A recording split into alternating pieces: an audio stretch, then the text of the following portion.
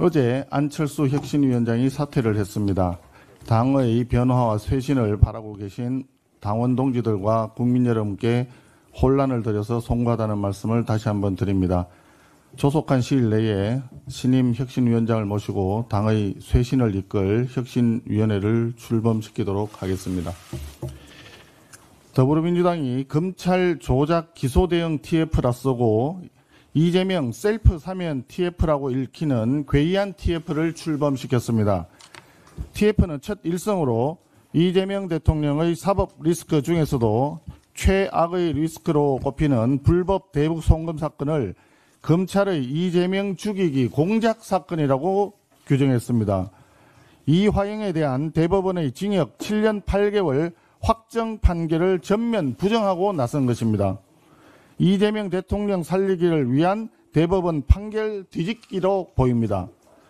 집권여당 행동대장들을 앞장세운 이재명 대통령의 셀프 사면 시도이며 무도하기 짝이 없는 반헌법적 사법부 무력화 기도입니다. TF는 대북 송금 사건뿐 아니라 대장동 비리 사건과 김용 전 민주연구원 부원장 뇌물 사건까지 뒤집기를 시도하고 나섰습니다.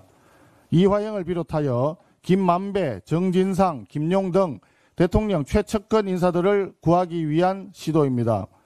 의심 많은 이재명 대통령이 측근들의 변심 가능성에 대비해서 본인뿐 아니라 측근 구명운동까지 나선 것으로 보입니다. 더불어민주당이 이런 행태를 보이는 이유가 무엇이겠습니까? 한마디로 찔리니까 발끈한다 라고밖에 볼 수 없습니다. 이재명 대통령이 떳떳하다면 이런 식으로 무리하면서까지 대법원 판결을 뒤집으려고 할 필요가 없을 것입니다. TF는 한술 더 떠서 대북 송금 사건의 공범이자 3년째 해외 도피 중인 KH 배상윤 회장이 주범으로 엮여있는 알펜시아 입찰 담합 사건까지 진상규명을 하겠다고 나섰습니다. 배상윤 회장이 최근 쌍방울 대북 송금 사건에 대해 이재명 경기도지사와 관련이 없다라고 발언을 해주자 더불어민주당이 담례로 선물을 주는 모양새입니다. 집권여당과 배상윤 회장 사이에 이심저심 사법 거래가 이루어진 것은 아닌지 매우 경악스러운 상황입니다. 3년째 해외 도피 중인 인터폴 적색 수배자의 말 한마디에 공식 TF까지 출범시켜서 대법원 판결을 뒤집겠다고 나서는 더불어민주당은 과연 집권 여당이 맞습니까? 아니면 범죄자 대변인 집단입니까? 이재명 대통령이 연루된 불법 대북 송금 사건은 국민이 알고 국제사회가 다 아는 명백한 대북 제재 위반 사건입니다. 이재명 정권 한 달, 시중에는 범죄자가 피해자 행세하며 떵떵거리고 전과가 훈장이 되는 세상이 열렸다는 자조 섞인 말이 돌고 있습니다. 국민의힘은 이재명 정권과 더불어민주당의 반헌법적 사법부 무력화 책동을 결코 좌시하지 않을 것입니다.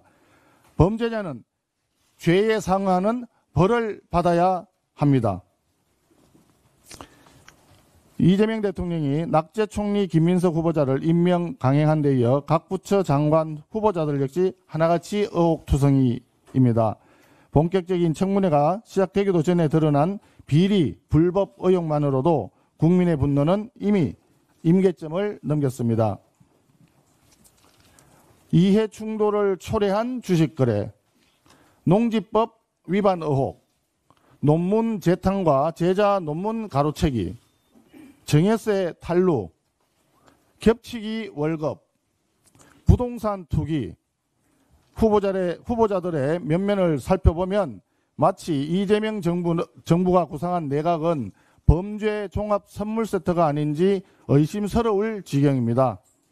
특히 코로나 시기를 이용한 주식 투자, 자녀를 앞세운 부동산 갭 투자 의혹은 이 정부가 내세운 자본시장 활성화 공약이나 주담대 대출 제한 방침과 정면으로 충돌합니다.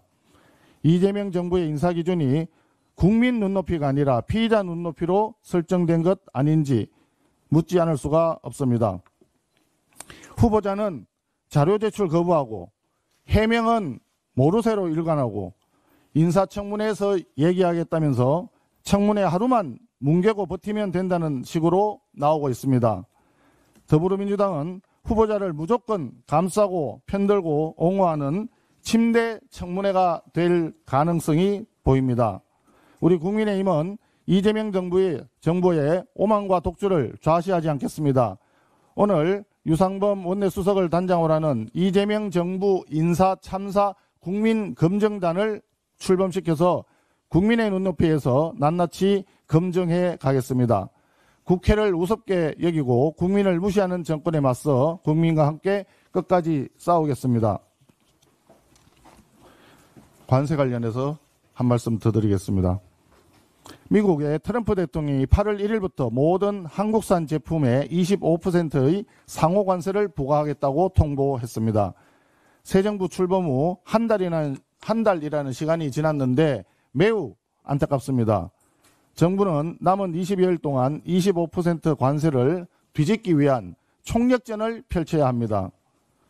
특사단 파견이 중요한 것이 아니라 신속한 한미 정상회담을 개최하는 것이 중요합니다.